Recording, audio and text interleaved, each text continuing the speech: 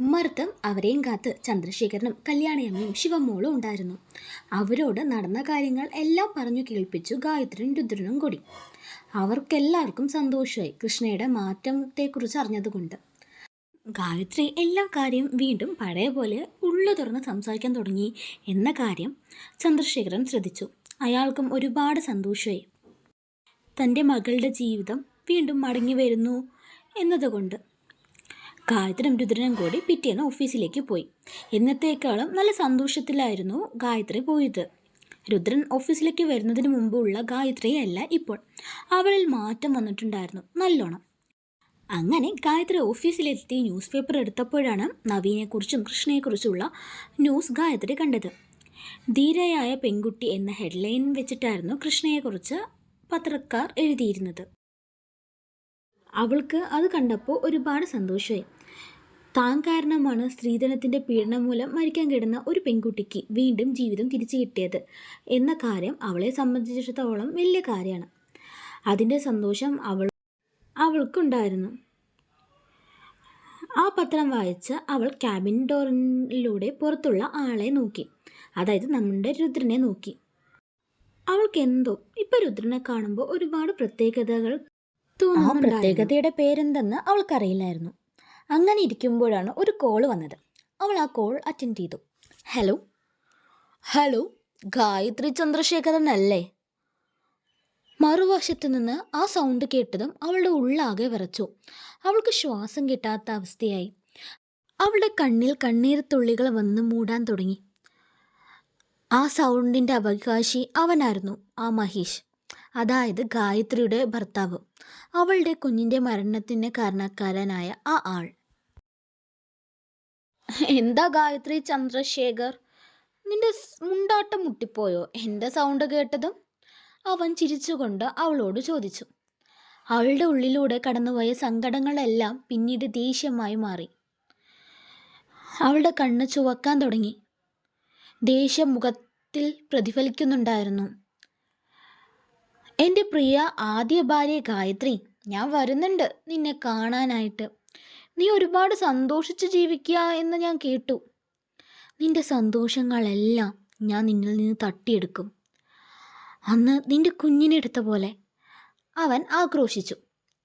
നിർത്തടാ എന്നുള്ള ഒരു അലർച്ചയാണ് പിന്നെ ആ ക്യാബിനിൽ നിന്ന് മുഴങ്ങിയത്. നീ വാടാ, നിന്നെക്കൊണ്ടേ ഒരു ചുക്കും നടക്കില്ല.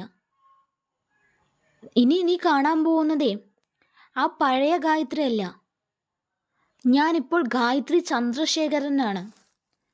നഷ്ടങ്ങളുടെ തീരാവേദനയിൽപ്പെട്ട് വെന്തുരുക്കിയ എൻ്റെ മനസ്സിനിപ്പോൾ കരിങ്കല്ലിനേക്കാൾ കാഠിന്യമുണ്ട്. നിനക്ക് താങ്ങാൻ പറ്റില്ല അതിൻ്റെ ശക്തി. എന്നിൽ നിന്ന് നിനക്ക് ഒന്നും പറിച്ചെടുക്കാനാവില്ലടാ, നീ പറിച്ചെടുക്കുകയുമില്ല, അവൾ വാശിയോടെ പറഞ്ഞു. അത് കേട്ട് അപ്പുറത്തു നിന്ന് ഒരു പൊട്ടിച്ചിരിയായിരുന്നു ഉയർന്നത്. അയാൾ അവൾ പറഞ്ഞതിന് ഒന്നും പറയാതെ ഫോൺ വെച്ചു. ഗായത്രിയുടെ ഉള്ളിൽ സങ്കടങ്ങൾ ഇരച്ചു കയറാൻ തുടങ്ങി. അവൻ പറഞ്ഞ വാക്കുകൾ, നിന്റെ സന്തോഷം നിന്നിൽ നിന്ന് തട്ടിയെടുക്കുമെന്ന്. ഇപ്പോൾ ഗായത്രിയുടെ സന്തോഷം എന്താ? അവളുടെ സന്തോഷം എന്ന് പറയുന്നത് ശിവമോളല്ലേ? അവളെ എന്തെങ്കിലും ചെയ്യുമോ എന്നൊരു പേടിയുണ്ടായിരുന്നു ഗായത്രിക്ക്. എന്നാൽ അവന് ശിവമോളുടെ കാര്യം അറിയാൻ യാതൊരു മാർഗവും ഇല്ല എന്നും അറിയായിരുന്നു. എന്നാലും കുഞ്ഞിൻ്റെ കാര്യത്തിൽ ഒരു റിസ്ക് എടുക്കാൻ അവൾ തയ്യാറായിരുന്നില്ല. അവൾക്കാകെ വെപ്രാളമായി. എങ്ങനെയെങ്കിലും അവൻ്റെ കൺദൃഷ്ടി ഏൽക്കാത്ത ഒരു സ്ഥലത്തേക്ക് കുഞ്ഞിനെ മാറ്റണമെന്ന് അവൾ വിചാരിച്ചു. അങ്ങനെ മാറ്റണമെങ്കിൽ രുദ്രനെ മാറ്റേണ്ടി വരും.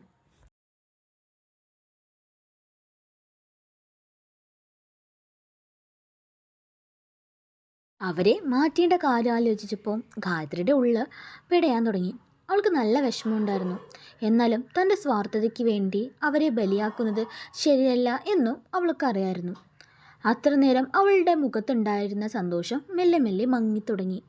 തന്നിൽ നിന്ന് തൻ്റെ കുഞ്ഞിനെ ഒരിക്കലും മാറ്റരുത് എന്നാഗ്രഹിച്ച അവൾ തന്നെ കുഞ്ഞിനെ മാറ്റാൻ മുൻകൈ എടുക്കേണ്ടി വരുന്ന അവസ്ഥ.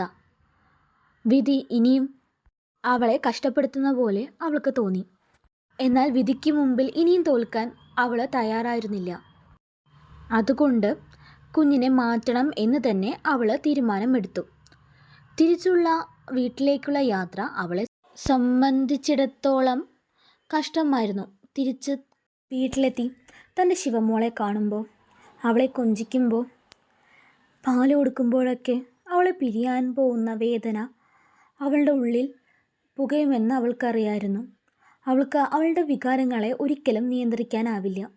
അത് കണ്ണീർ മുഖേന പുറത്തേക്ക് വന്നുകൊണ്ടേയിരിക്കും. അതിൻ്റെ കാരണം പറയേണ്ടി വരും തനിക്ക്. അതെല്ലാം ഓർത്ത് അവളുടെ മുഖം കൂടുതൽ മങ്ങി.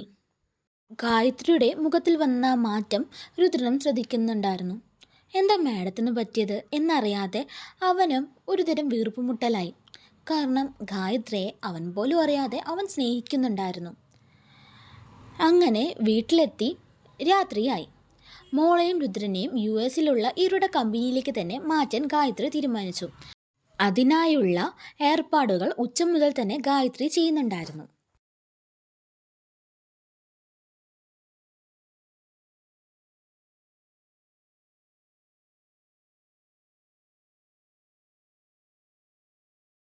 അതിൻ്റെ എല്ലാം ഫലം എന്നോണം അടുത്ത ആഴ്ച തന്നെ അവർക്ക് പോവാനുള്ള തയ്യാറെടുപ്പുകളെല്ലാം പൂർത്തിയായി. രുദ്രനോട് പറയുന്നതിന് മുമ്പ് ഗായത്രി ചന്ദ്രശേഖരനോട് പറഞ്ഞു. ചന്ദ്രശേഖരൻ ഗായത്രിയോട് ചോദിച്ചു, ഇതെന്തിനു വേണ്ടിയാ? നീ ഇങ്ങനെ പറിച്ചു മാറ്റാനാണെങ്കിൽ എന്തിനാ ആ കുഞ്ഞിനെ ഇത്രത്തോളം സ്നേഹിച്ചേ? അതിൻ്റെ മനസ്സിൽ അമ്മ എന്ന സ്ഥാനം എന്തിനാ ഉണ്ടാക്കിയത്? നീ നിന്നെ മാത്രമല്ല ആ കുഞ്ഞിനെയും കൂടിയാ വേദനിപ്പിക്കുന്നത്. നിന്റെ തീരുമാനം നിനക്ക് മാറ്റിക്കൂടെ എന്ന്.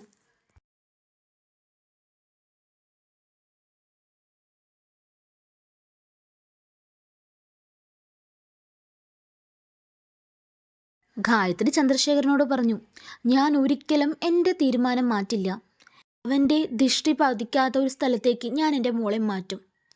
എനിക്ക് ഏറ്റവും വലുത് എൻ്റെ മോളുടെ സുരക്ഷിതത്വമാ. പ്രസവിച്ചില്ലെങ്കിലും ഞാൻ അവളുടെ അമ്മയാ. ഞാൻ ഇക്കാര്യം എന്തായാലും 2 ദിവസം കഴിഞ്ഞ് രുദ്രനോട് പറയും. അവൾ തീരുമാനിച്ച് ഉറച്ച പോലെയായിരുന്നു ചന്ദ്രശേഖരനോട് പറഞ്ഞത്. അതെല്ലാം കേട്ടപ്പോൾ ചന്ദ്രശേഖരനും അയാളുടെ മനസ്സിൽ എന്തൊക്കെയോ കാര്യങ്ങൾ കണക്ക് കൂട്ടി. അത് എന്താണെന്ന് നമുക്ക് അടുത്ത പാട്ടിൽ കാണാം കേട്ടോ. സപ്പോർട്ട് ചെയ്യണ ഗായ്സ്. ഇഷ്ടമായ ഒന്ന് സബ്സ്ക്രൈബ് ചെയ്യണേ. Thanks for watching.